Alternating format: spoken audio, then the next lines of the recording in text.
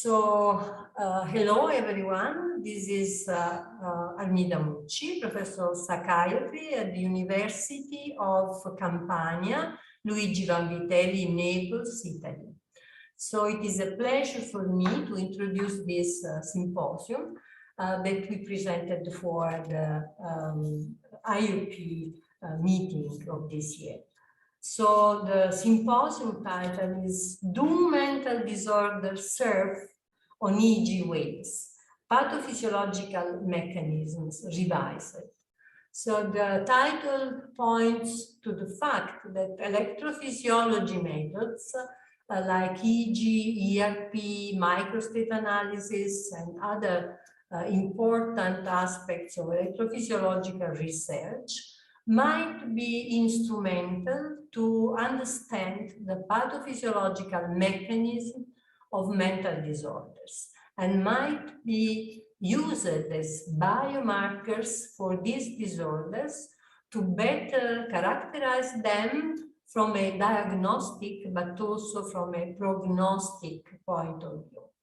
So it is really a pleasure to be here with a very important panel of speakers that will present results concerning drug addiction, Alzheimer's disease, psychotic disorders, and illustrate how electrophysiological methods are progressing toward a better characterization of these disorders.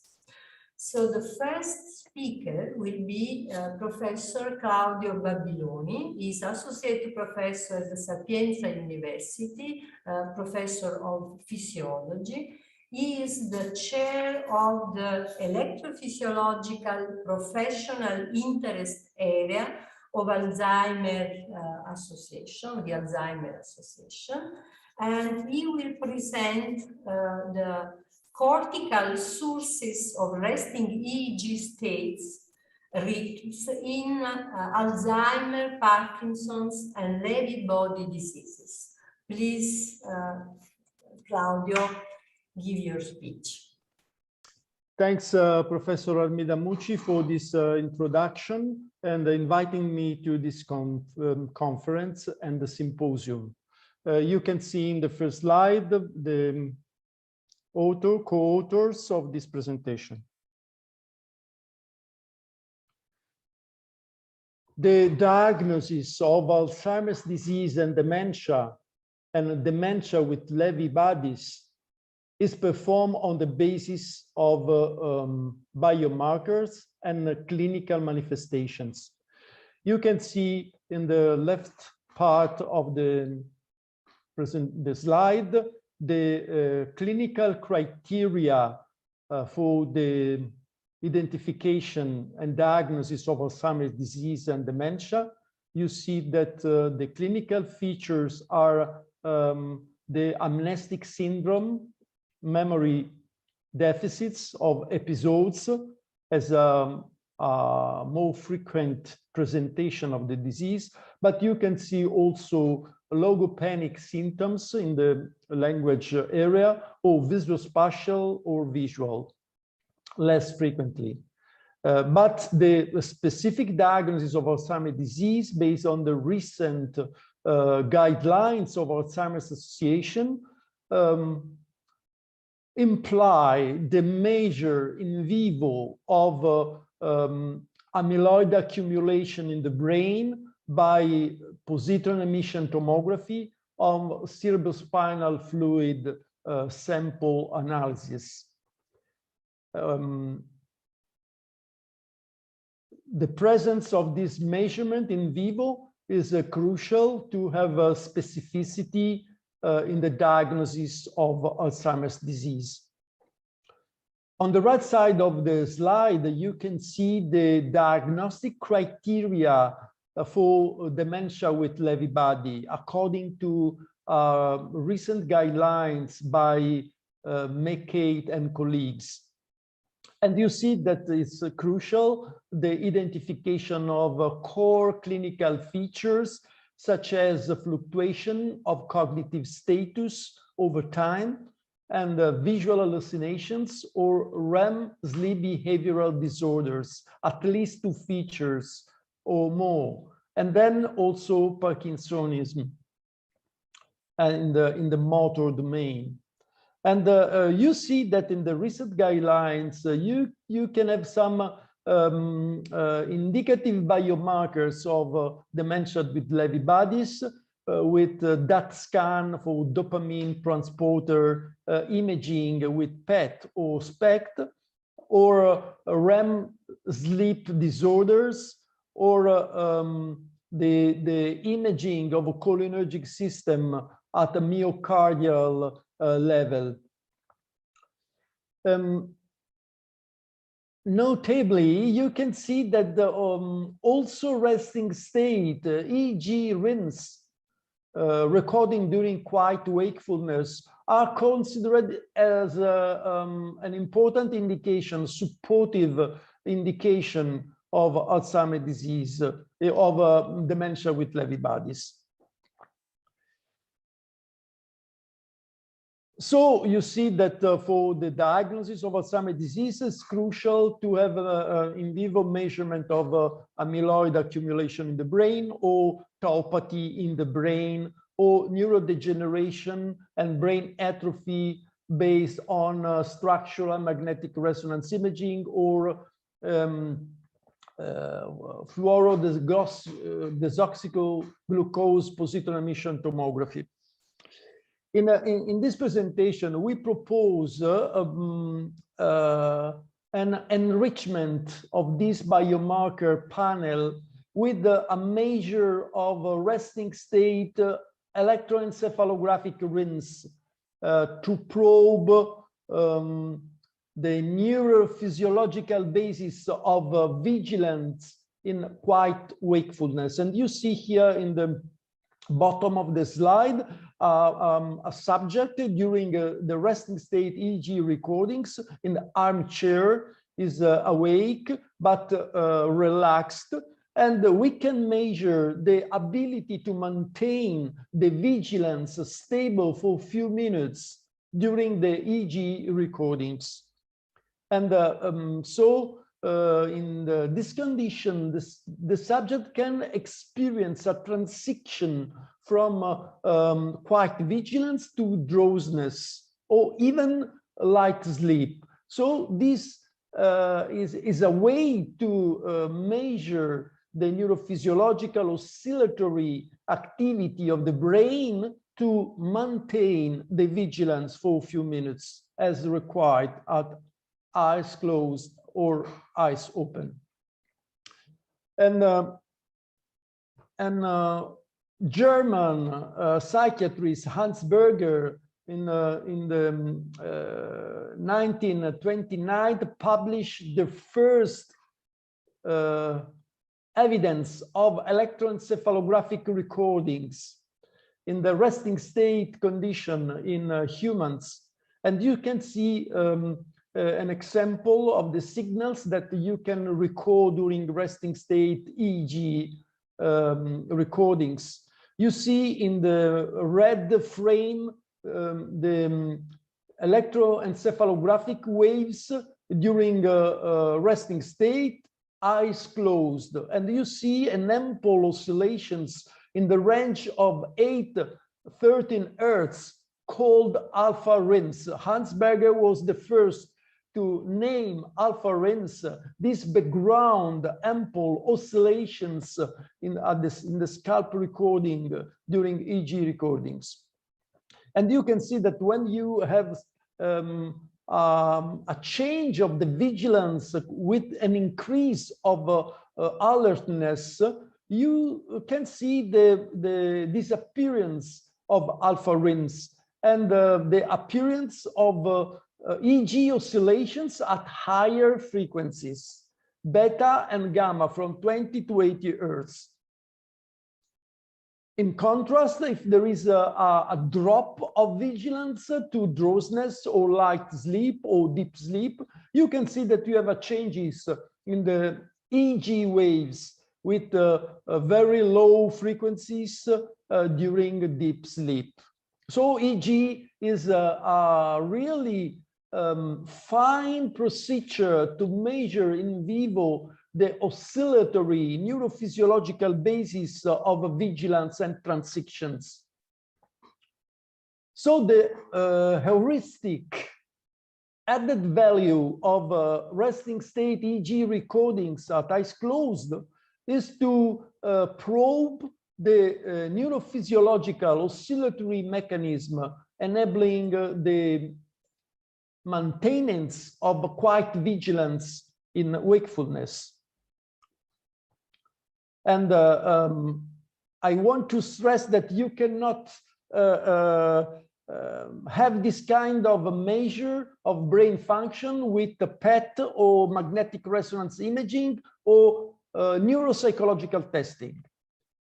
And you see here the work of Alexandre Luria around the 1970s with the working brain, a book illustrating a brain theory including 3 units of the brain. The first unit was related to maintenance of brain arousal and vigilance. And you see that the main structures are the reticular formation in the brainstem and with the locus ceruleus, noradrenergic ascending projections to the brain and or serotoninergic projection to the brain or dopaminergic ascending projections. And you see also in the basal forebrain in yellow ascending a neuromodulatory system using acetylcholine.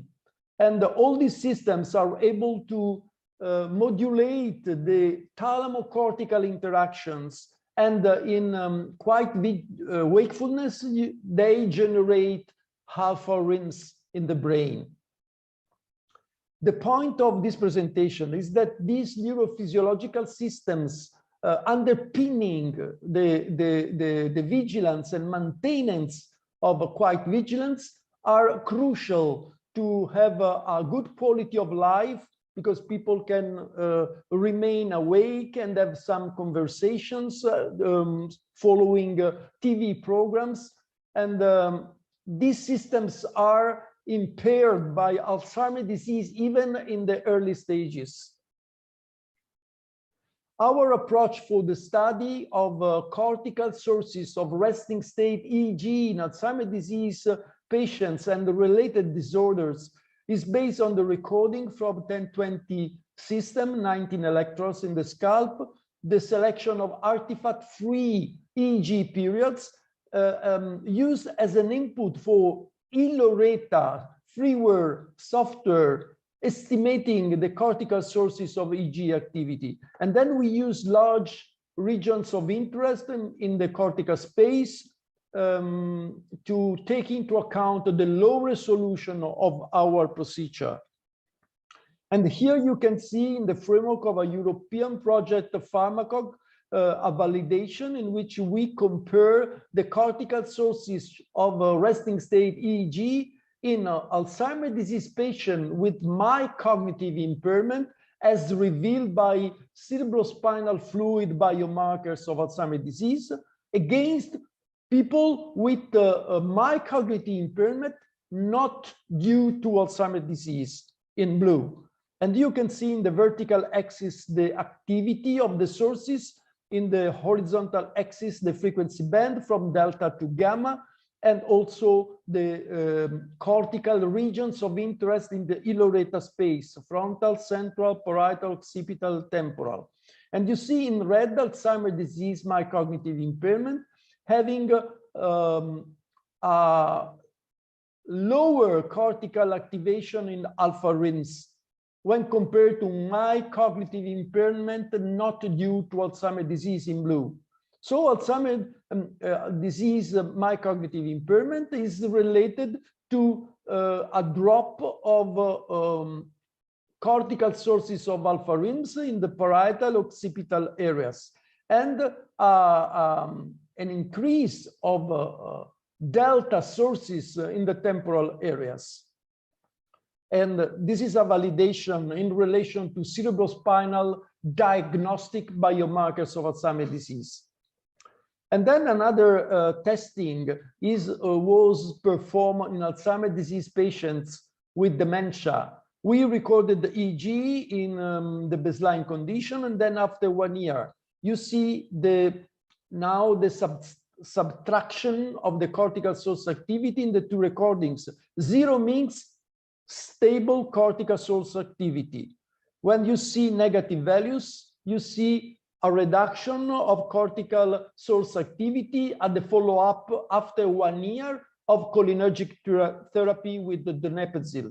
And you see that in alpha rims, in the occipital and temporal areas, you have a clear drop of cortical sources of alpha rims. In red, the Alzheimer's disease with dementia, non-responding clinically to donepezil therapy for 1 year, and you see a dramatic drop of alpha. But you see also a drop of alpha even in the Alzheimer's disease patients with dementia responding clinically to donepezil therapy for 1 year. So you see that this cortical source activity is sensitive to cholinergic therapy in Alzheimer's disease with dementia. And then we have other validation with the correlation between cortical sources of delta rims in the resting state eyes closed in Alzheimer's disease with dementia, and indexes of hypometabolism of the cerebral cortex as revealed by positron emission tomography. And you see that the higher the hypometabolism indexes of PET FDG, and the higher the abnormal pathological global delta source activity. We use 2 standard indexes of FDG PET hypometabolism. And similar results were obtained with the correlation between global delta source activity by Loretta and the volume of gray matter of cerebral cortex as revealed by magnetic resonance imaging. You see that the higher the cortical gray matter volume, and the higher is alpha rims, which is in the sources, which is a sign of a healthy brain. And the higher the gray matter volume in the cerebral cortex in the patients, and the lower is the pathological global delta source activity. And we also moved the research with the comparison of cortical sources of resting state EEG activity in Alzheimer's disease patients with dementia in relation to patients with dementia due to cerebrovascular disease or Lewy body diseases.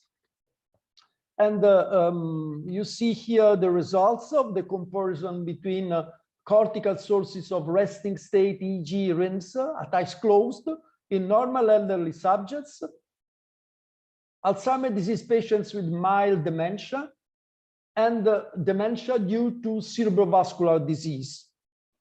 And you see that in normal subjects, the dominant source activity in red color is in alpha band, in the posterior areas, nose up. There is a dramatic decrease of alpha sources in the posterior areas in Alzheimer's disease patients with mild dementia. And you see really almost normal alpha source activity in cerebrovascular dementia. And in cerebrovascular dementia, you have an increase in theta source activity in red and in delta when compared to normal subjects. In Alzheimer's disease, you have also an increase in delta source activity widespread. Another demonstration was in the comparison with patients with dementia with Lewy body in violet, Parkinson's disease dementia in green, and Alzheimer's disease with dementia in red.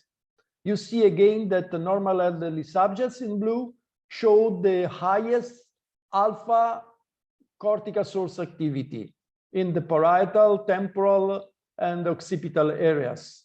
Also in the limbic space of Iloreta source activity. And then you have a dramatic drop in red in the group of Alzheimer's disease with dementia in the posterior areas. A clear drop, even not so strong as Alzheimer's disease with dementia, in violet group, the dementia with Lewy body. And you have a decrease of alpha source activity even in Parkinson's disease with dementia, but less evident than in the other two groups of patients. And you see that concerning the delta source activity, you have a pathological increase in Alzheimer's disease with dementia, but even more in dementia with Lewy body, and even more in Parkinson's disease with dementia. So you see that at the group level, you have differences in patients with dementia due to different neurodegenerative diseases. And we could also demonstrate some nice individual classification of normal subjects when compared to the patients with dementia with rock curve techniques, around 0.8, 0.85 accuracy in the discrimination with normal subjects. And you see here that we have similar results when we compared Alzheimer's disease with mild cognitive impairment with dementia with the Lewy body patients with mild cognitive impairment. And you see that when compared to normal subjects in blue, we have a clear drop in Alzheimer's disease MCI and less evident drop in Lewy body with mild cognitive impairment, and an increase of delta source activity in the posterior areas greater in Lewy body MCI when compared to Alzheimer's disease patients with mild cognitive impairment. So similar results to dementia, but less magnitude of the drop. And exactly the same results were obtained with Parkinson's disease, mild cognitive impairment. Even in this case, we have the greater drop is in Alzheimer's disease MCI when compared to Parkinson, but similar results with dementia. So I can conclude that in Alzheimer's disease, you have a drop of alpha RINs related to the control of cortical inhibition, which is related to ample alpha RINs in the resting state. And in Parkinson's disease, the most important feature is the increase of delta RINs. And dementia with Lewy body is halfway with features similar to the two groups. This is my work group. I thank to them for this work, and these are our sponsors of research. Thank you very much for your attention.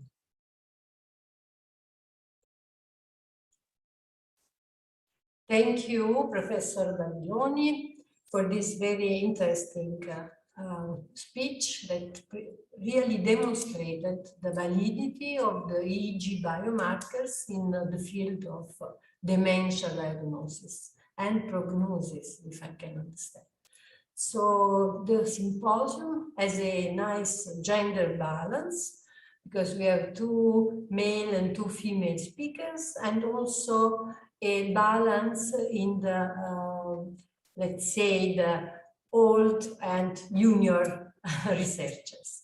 So we have senior researchers and as well as 2 junior researchers. So the next speaker is Professor Salvatore Campanella.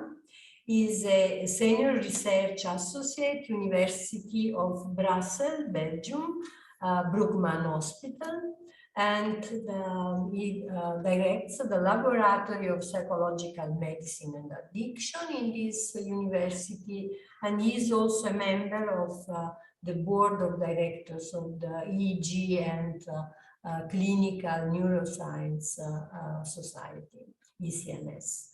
So it is a pleasure to introduce his speech. that is alcohol abuse and brain excitability as revealed by EEG and non-invasive brain stimulation. Please, Salvatore, you can give your speech. Okay, hi everybody. First, I would like to thank Professor Mucci for inviting me to this very interesting symposium. And I just will try to show you some preliminary data showing how EEG and non-invasive brain stimulation, such as TDCS, can be helpful in management of alcoholic patients.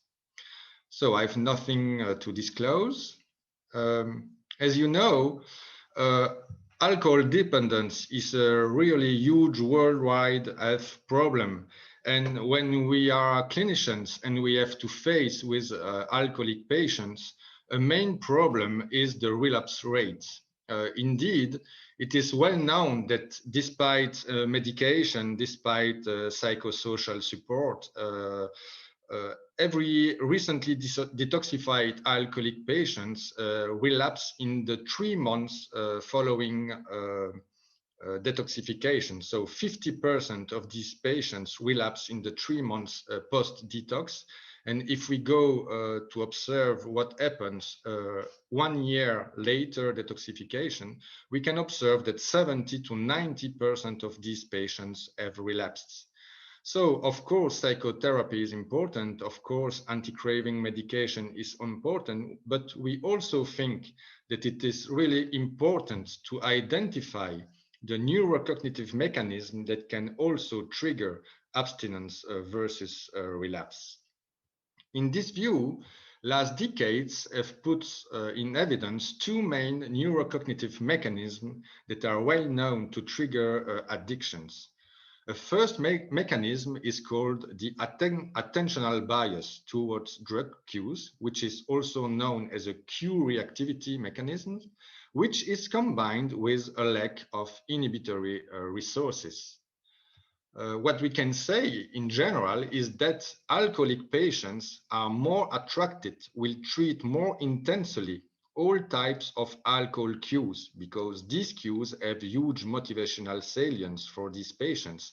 And this more attractive power of alcohol cues is combined with a lack of inhibitory skills. So this bad balance between a more intense, a more powerful attentional bias combined with less resources to inhibit motor response can trigger a relapse in these patients.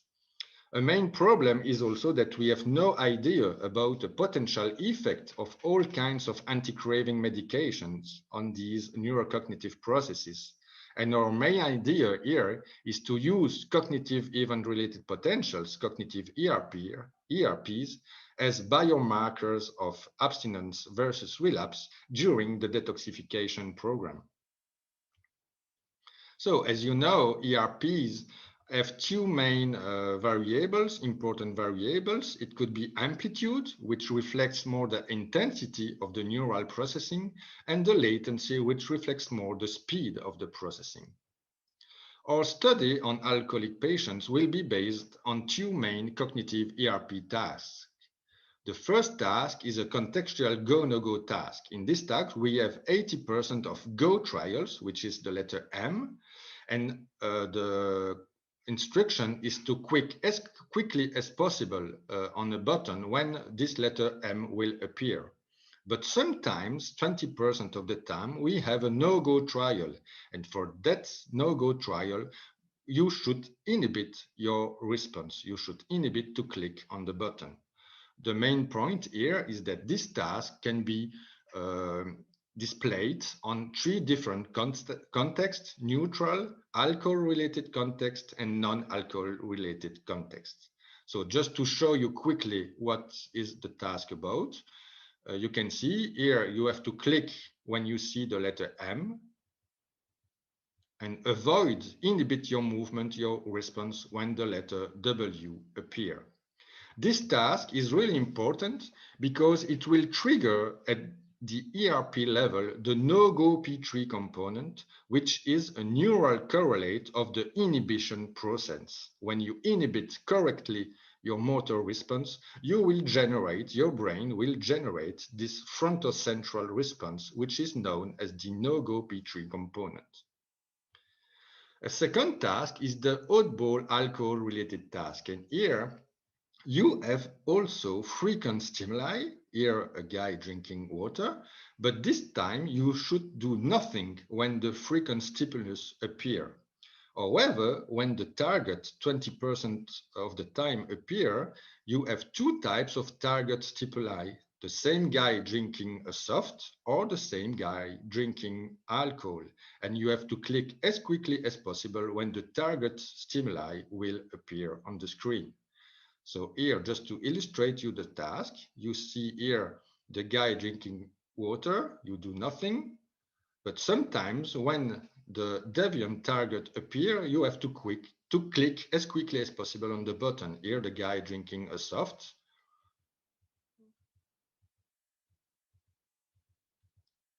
or the same guy drinking alcohol.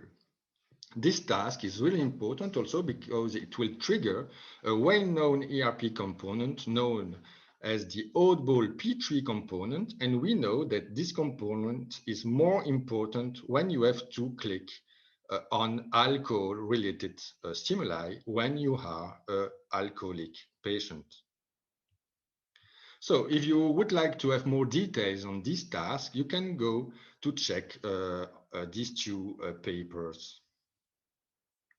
But today I will show you some preliminary data in a study in which we have two recordings of these two ERP tasks. Indeed, we have patients who came in our hospital to have a detoxification program. The detoxification is around 4 weeks, and then you stay in the hospital, you have withdrawal, you have psychotherapy support, and you have anti-craving medication. You have 4 groups here. But the important point for today is that all these patients will have 2 ERP sessions dealing with the 2 tasks I just showed you.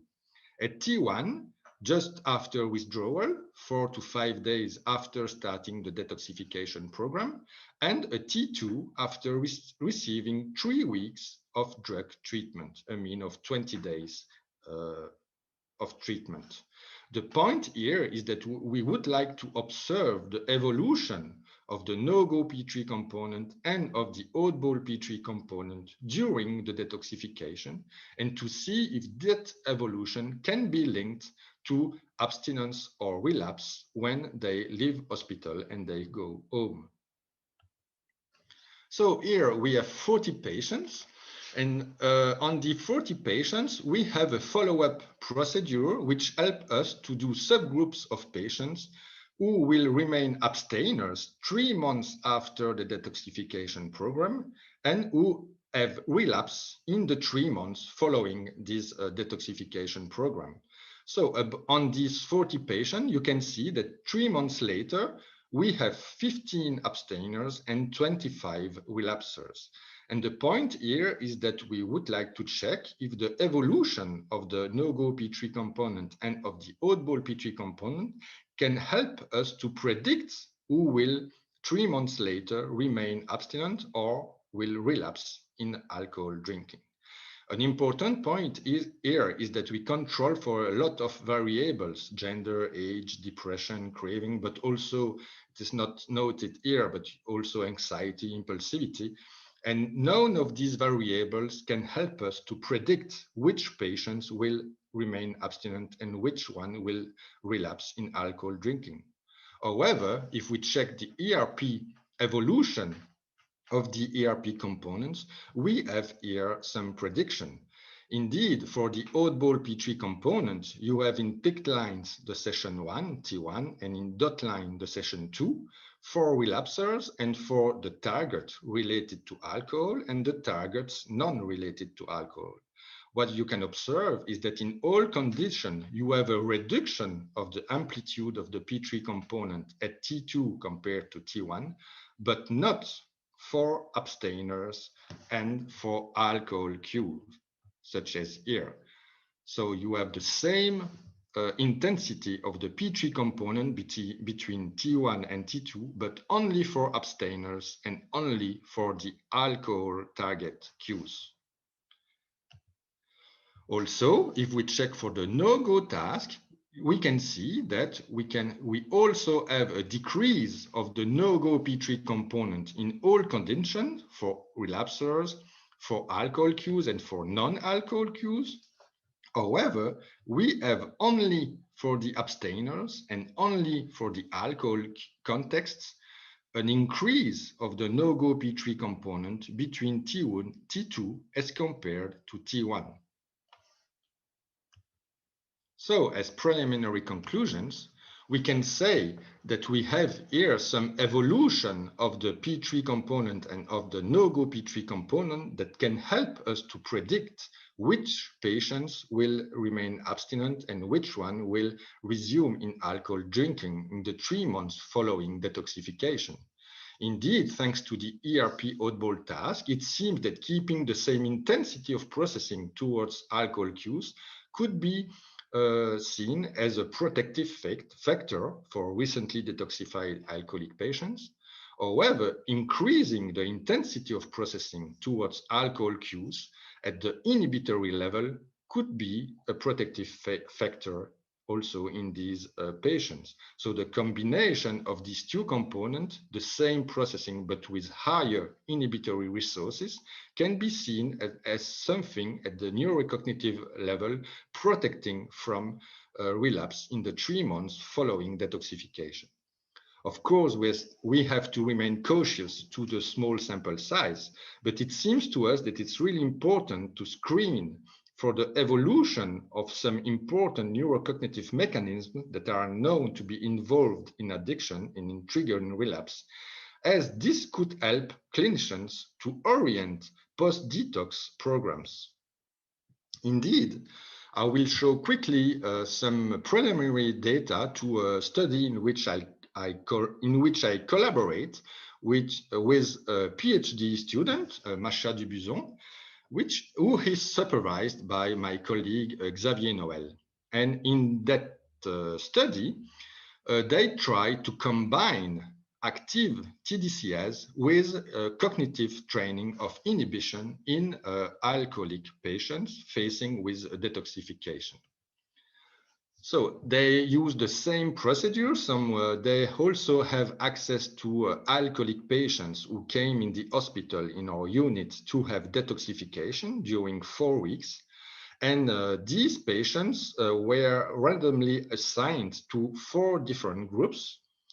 In these groups, you could have active inhibitory training or active TDCS. So if you have active inhibitory training, you will be trained to inhibit the go response. So you will train to no-go response to alcohol cues compared to non-alcohol cues. And if you have active TDCS, you will have an active stimulation of the right dorsolateral prefrontal cortex. So you could have active TDCS and active inhibitory training. And in that task, we expect to have the most effect on these patients. So the most impact on the abstinence of these patients following detoxification. So you can have active TDCS or sham TDCS if you are in another group. And if you have active cognitive training, you will be trained to disclose a no-go response when you are facing with an alcohol stimuli, or if you have a non-active cognitive training, you will be confronted to sport stimuli or a neutral stimuli.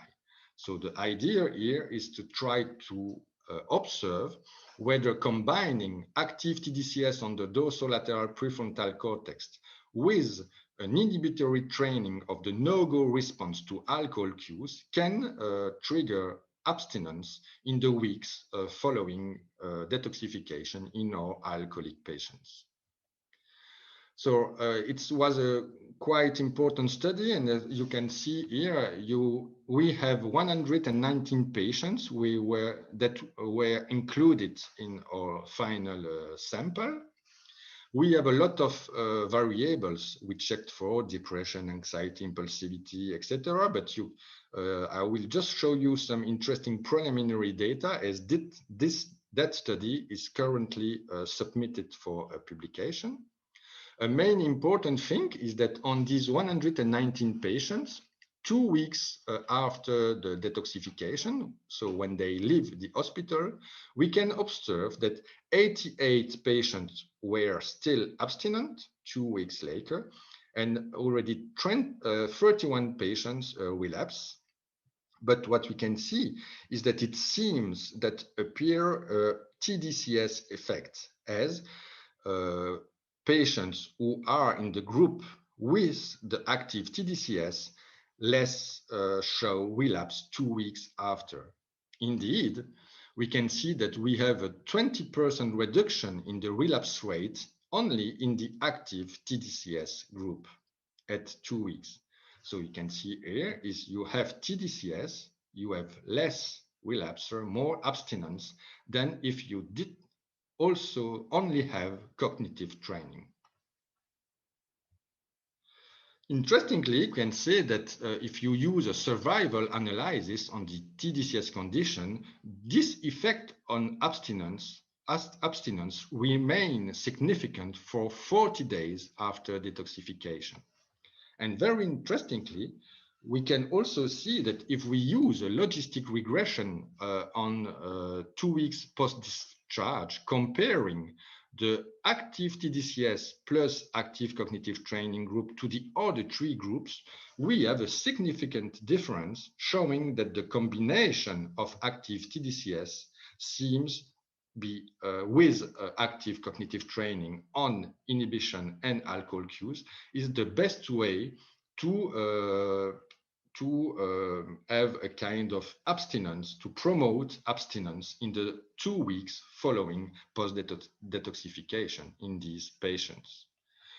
So a short summary on this study can show you that it seems that we have a specific effect of the TDCS on early relapse, so 2 weeks post-discharge of the hospital. Indeed, we show a 20% reduction in the relapse rate in the active TDCS condition compared to the sham TDCS condition 2 weeks after treatment. Analysis show a reduction in relapse 2 weeks after the treatment, and survival analysis show a reduction in relapse during the 40 days after the treatment.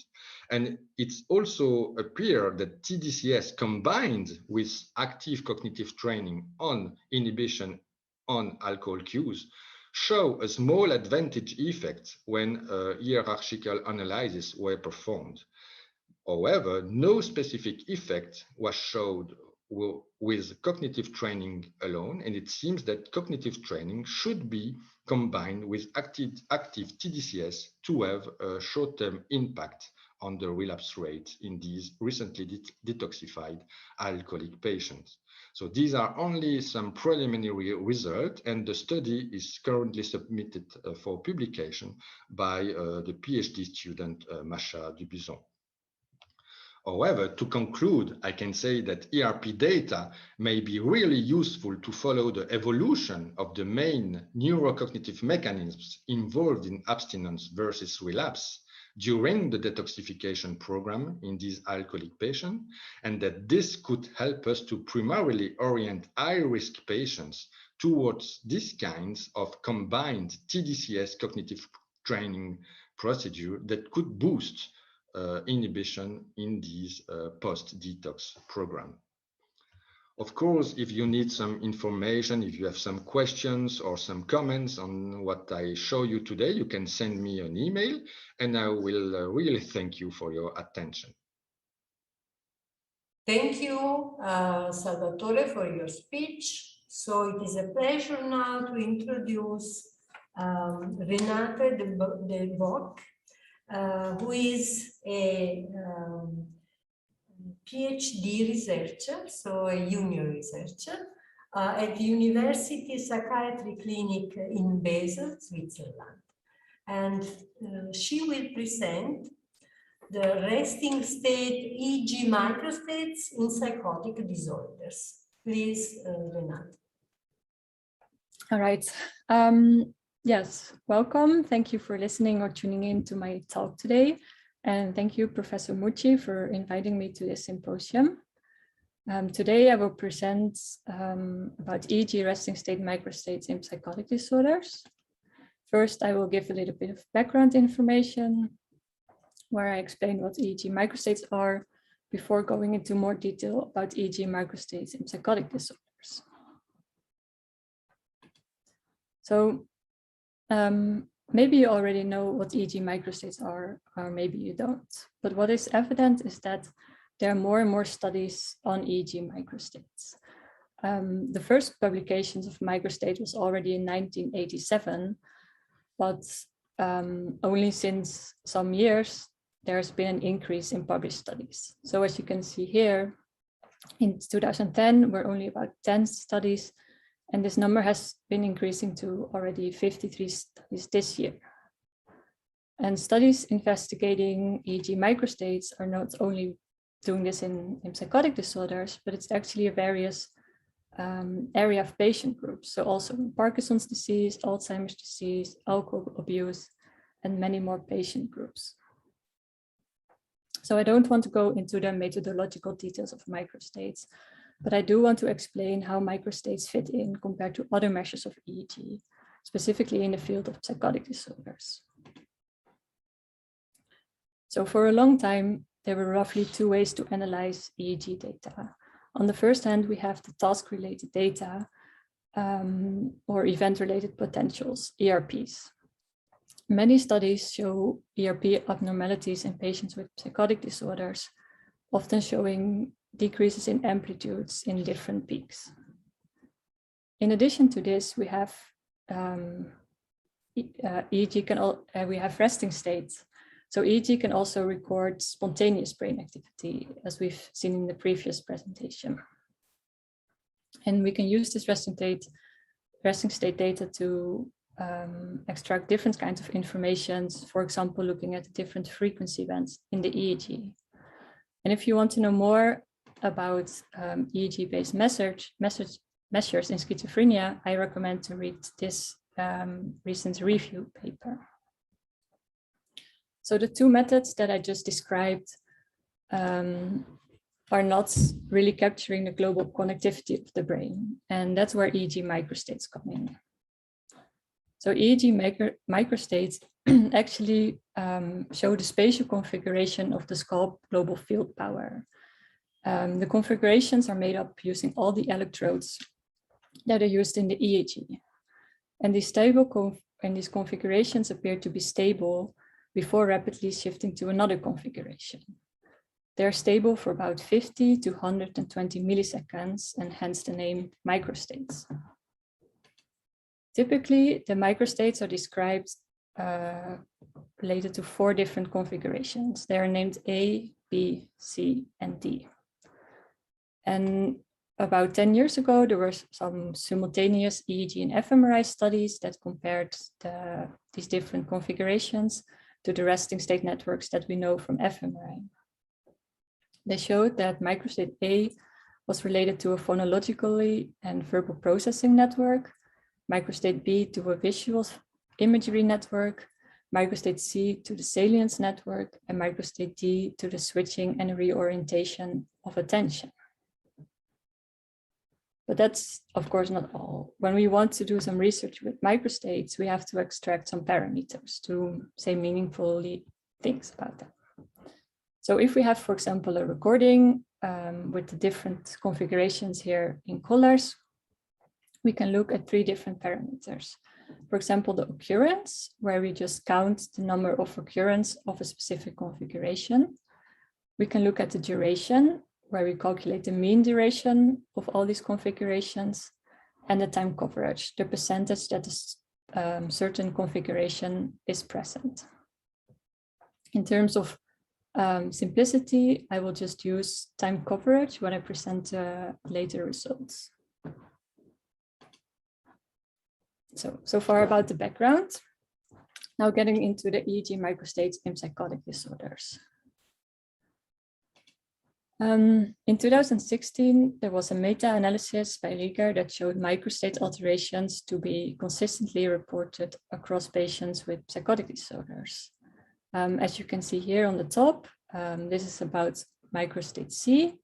We can see that there's an increase in microstate C coverage in patients compared to controls.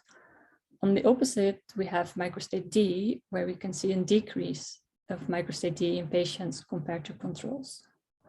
Most of these studies compared patients with healthy controls or high-risk patients with patients in healthy controls, but no one really looked at high-risk patients considering future transition status. So the next question is, what about these transitions? And this is important because when it comes to the course of psychotic disorders, there's often a prodromal phase that onseeds the first psychotic symptoms. And using specific screening tools, patients are classified as ultra high risk for psychosis or UHR. However, not everyone who's classified as a UHR patient will later transition to psychosis or get a psychosis diagnosis. And the transition rates are about 25%. So how can we predict transition? And that is what we are interested in. Can we also use these EEG microstates as a biomarker for transition to psychosis? So in our first study, we wanted to find out if we can use microstates to differentiate between different groups of patients. For this study, we included different participants groups. The first one is healthy controls. Then we have 3 patient groups. The first episode psychosis patients, FEP, ultra high risk patients with transition, and ultra high risk patients without transition. It's important to note here that the patients that are in the ultra high risk group are all just in this group at the time of the EEG recording. And they were followed up for 3 to 5 years. And only then were kind of adhered or put into this group of transition, of not transition. So we have the EEG recording and the microstate analysis finished. And here we found an increase in microstate A in patients compared to the healthy controls. So we compared all patient groups together to the healthy controls, showing this difference in microstate E. And this kind of suggests that microstate E is a marker of general psychopathology. And this finding is in line with other studies that suggest that microstate A is psychosis independent and rather a correlate of psychological stress. We also observed a decrease of microstate B in FEP compared to the 2 ultra high risk patients, suggesting a state marker of illness progression. Finally, we also compared the 2 ultra high risk groups, and there we saw that there was a decrease in microstate D in the UHR transition group to the non-transitioners. Here we suggested that this microstate could serve as a potential biomarker for transition. So in the previous study, all of the patients were at the time of the EEG recording medication naive, so they didn't get any antipsychotic medication. But we were also interested in the effects of medication. So in the second study, we compared medicated versus non-medicated FEP patients. And the results you can see here in blue, we have the medicated patients, and in yellow, the unmedicated patients. And here we can see a decrease in microstate A for the medicated patients and an increase in microstate B for the medicated patients. And this is interesting because previous studies also showed an increase in microstate A in unmedicated patients compared to healthy controls, and a decrease in microstate B also compared to healthy controls. So this kind of suggests that the antipsychotics might have a beneficial effect. One side note, however, is that the symptom severity that we assessed with the brief psychiatric rating scale didn't differ between the 2 groups. So shortly, to summarize what we found here, we do observe microstate alterations in patients with psychotic disorders and also in UHR. And we find microstate alterations in medicated versus unmedicated patients. What we also know from previous research is that there can be dopamine alterations observed in patients with psychotic disorders. So what we ask ourselves now is, do dopamine alterations actually contribute to these changes in microstates? And it's difficult to answer this question based on previous literature. So a recent meta or systematic review from our group shows that there's a wide heterogeneity of results. So we found increased and decreases in functional connectivity related to dopaminergic effects. And another limitation in many studies is that the comparisons were kind of indirect. So there was either medicated or unmedicated patients that were compared to healthy controls, and only very few studies used a pre-post design. So that's what we try to do in our next studies, of which I will present preliminary results today. So in the first study, we have a drug challenge study in healthy participants. We included 60 participants in the age of 80 to 40 years. We used a crossover design, so each participant received one single dose of haloperidol, dopamine antagonists, a dose of L-DOPA, a dopamine agonist, and a placebo. The washout time between measurements was at least 1 week. And the EEGs were recorded at the peak drug effects. Simultaneously, we run a longitudinal study in patients with the aim to include 38 patients. They were medication naive at the time of the first EEG recording, and then we did a second EEG recording 8 weeks after antipsychotic medication. So these are the preliminary results in the healthy control group. This is an analysis of 40 participants. We have the different classes shown here and coverage here on the y-axis. In blue is L-DOPA, placebo in the middle, and then haloperidol on the right side. So as you can see, there are many changes due to the dopaminergic drugs. And most interestingly, the changes in L-DOPA, some of them, they actually reflect what we see in patients. And when it comes to haloperidol, it's really interesting to see this increase in microstate D, because this was a class that was decreased in patients. Then moving to the patient study, here we only were able to analyze half of the sample, and we didn't find any changes so far.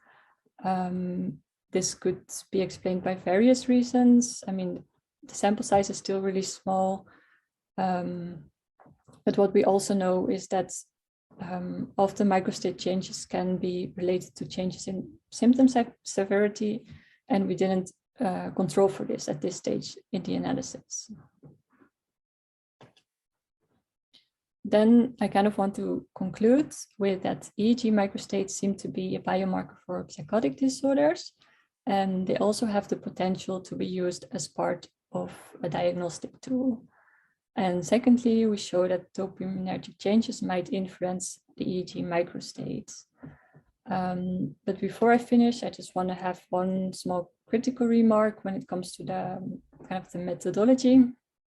The different groups using different methods. And I think it's important that there's some kind of standardization, because I think a lot of the times that we find this contradicting results between groups, it might be due to the pre-processing pipelines using different filters, for example, or different settings in the microstate analysis. So I really hope that this is something that's going to be worked on in the future. So then I would like to thank my PhD advisors, Christina Andreu and Stefan Borgward, and of course my team and colleagues in Basel and Lübeck. And of course, I want to thank you for listening, and thank you for your attention. Thank you, Renate. for this very stimulating talk. And there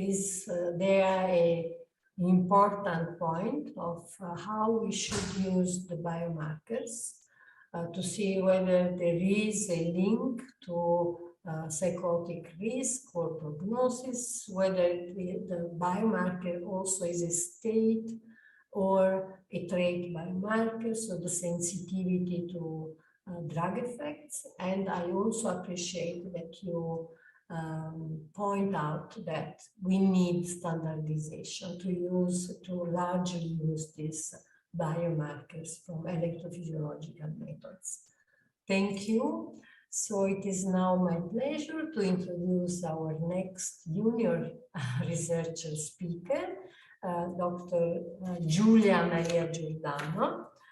She is a junior researcher at the University of Campania Luigi Vanvitelli, the electrophysiology and brain imaging laboratory.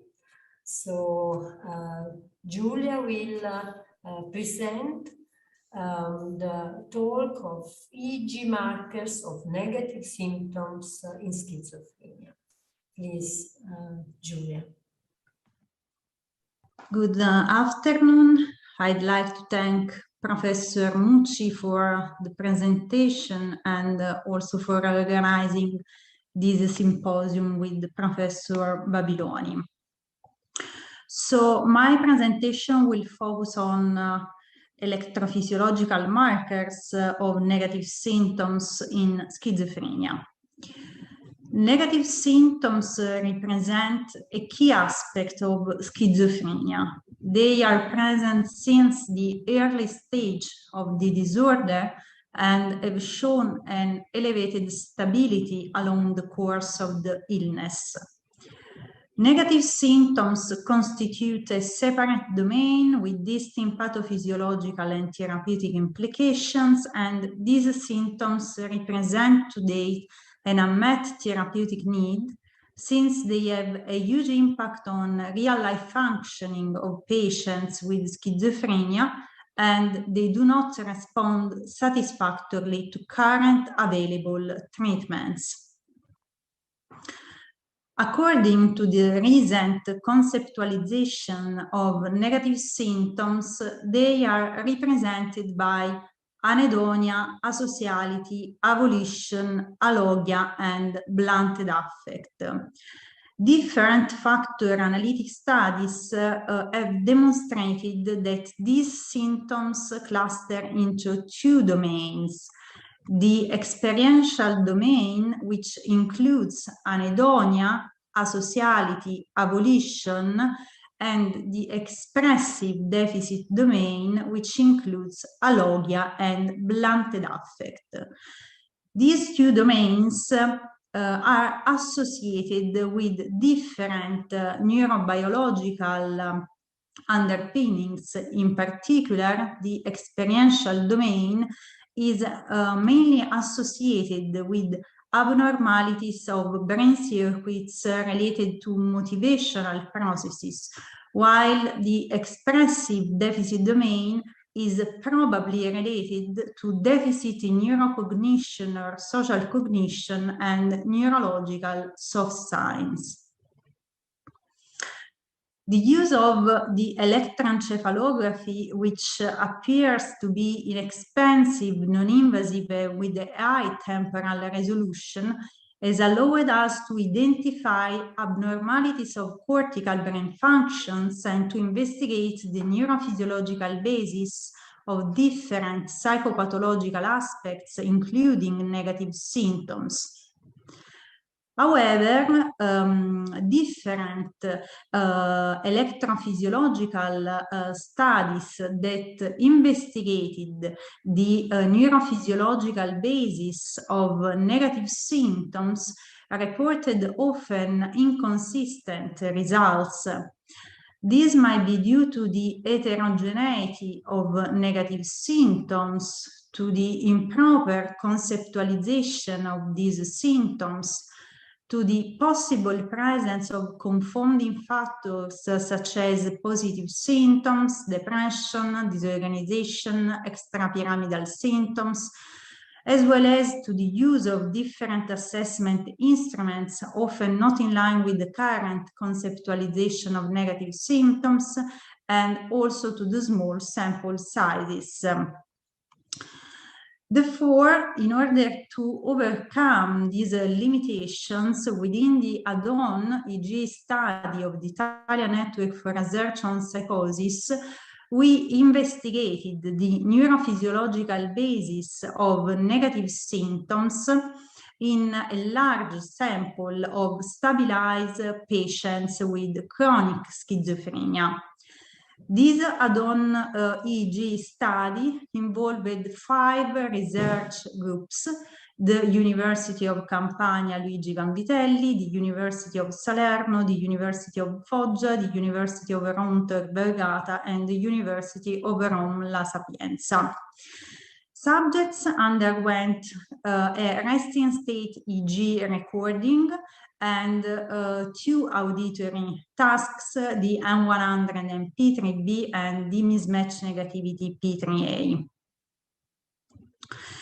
Illness-related and functioning-related variables were assessed using state-of-the-art instruments.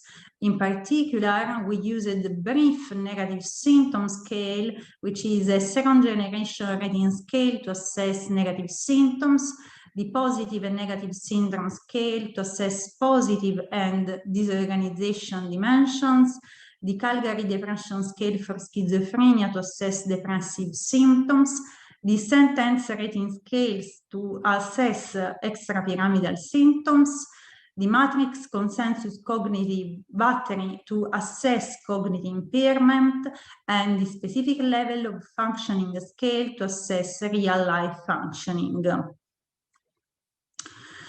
Using the resting state EEG microstate analysis, we found that the contribution, which is the time coverage of microstate A, was related to the to negative symptoms, in particular to the experiential domain, and not with the expressive deficit domain. Within the experiential domain, only anticipatory anhedonia, abolition, and asociality had the same relationship with microstate A.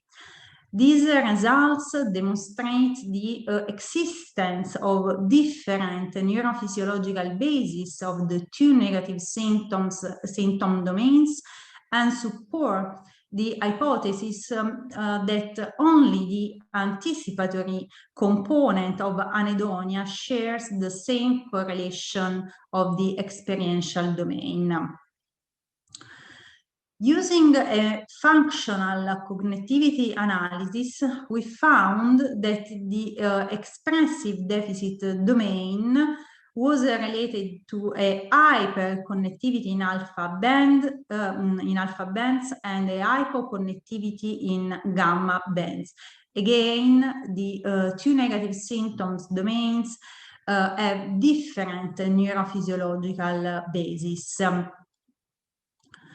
We also found that the M100 amplitude was related with negative symptoms, and within negative symptoms, only the expressive deficit domain and not the experiential domain was related to the N100 amplitude. Within the expressive deficit domain, both blunted affect and alogia had the same relationship with the N100 amplitude. Again, these results suggest the existence of different neurophysiological bases of the 2 negative symptom domains. In order to increase the generalizability of previous findings within the add-on EEG study of the Italian Network for Research on Psychosis, we used a machine learning analysis which learns statistical functions from multidimensional datasets with a double objective. Firstly, to build a generalizable electrophysiological model which could be implemented in clinical practice in order to discriminate subjects with schizophrenia from healthy controls and improve precision in diagnosis of schizophrenia. And second, to explore associations of candidate EEG indices with illness-related and functioning-related variables in subjects with schizophrenia. The study sample consisted of 113 subjects with schizophrenia and 57 healthy controls recruited at baseline. These subjects underwent the EEG indices recording and the assessment of illness-related and functioning-related variables. 61 subjects with schizophrenia accepted to participate to the 4-year follow-up study, and they underwent the assessment of illness-related and functioning-related variables. We performed a machine learning analysis to test the performance of 4 unimodal classifiers that could discriminate subjects with schizophrenia from healthy controls using single EEG indices, therefore frequency bands, microstates, mismatch negativity P3A, and N100 P3B. Then we tested the performance of the global classifier, which was based on the decision scores of the unimodal classifiers.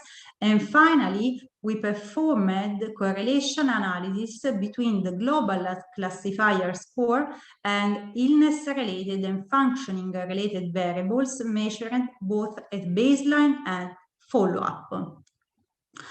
This is an example of machine learning pipeline. We used the NeuroMiner version 1 to test the performance of the classifiers. Here I reported the demographic and clinical characteristics of the study sample. How we can see there was a gender imbalance between the two groups, since subjects with schizophrenia were predominantly males. In addition, subjects with schizophrenia compared to healthy controls had lower education, and they had a worse performance on neurocognitive skills, and also they had a worse functioning as expected. Now we can discuss the results of the classifiers performance.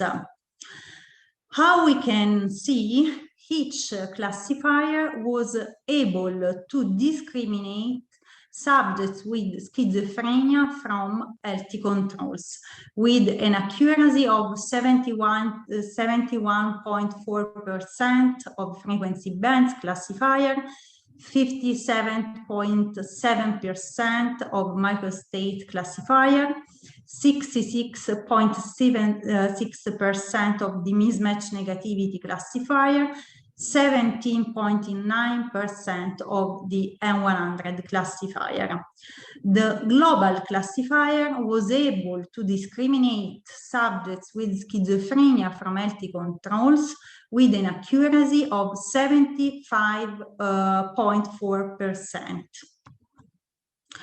How we can see the decisions generated by the frequency bands were the most important for the final classification, followed by N100 P3B and mismatch negativity P3A, while the decisions generated by microstate classifier were less important.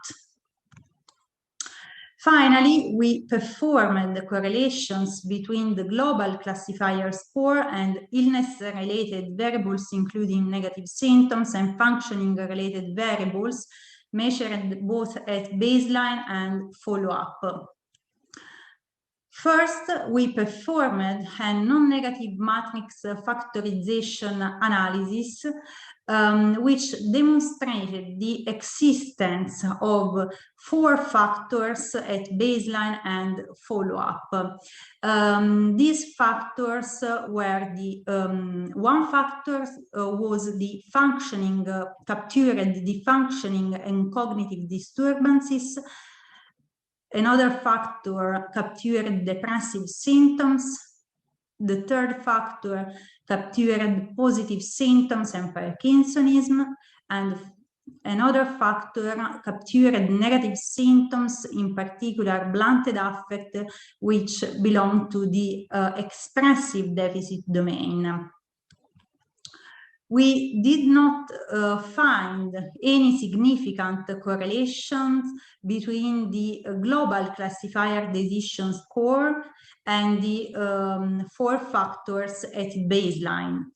However, we found significant correlations between the global classifier decision score and negative symptoms, depression and functioning and cognitive disturbances at the follow-up. To conclude, our results show that each classifier using different electroencephalographic indices can correctly differentiate subjects with schizophrenia from healthy controls and might be potentially used to improve precision in diagnosis of schizophrenia. And combining different indices recorded under different conditions, it is possible to increase the classification accuracy up to 75.4%.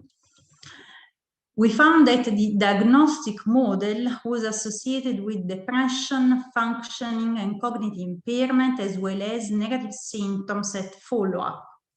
We know that negative symptoms and also cognitive impairment are highly specific features of schizophrenia, are largely present at the onset of the disorder and show an elevated stability along the course of the illness.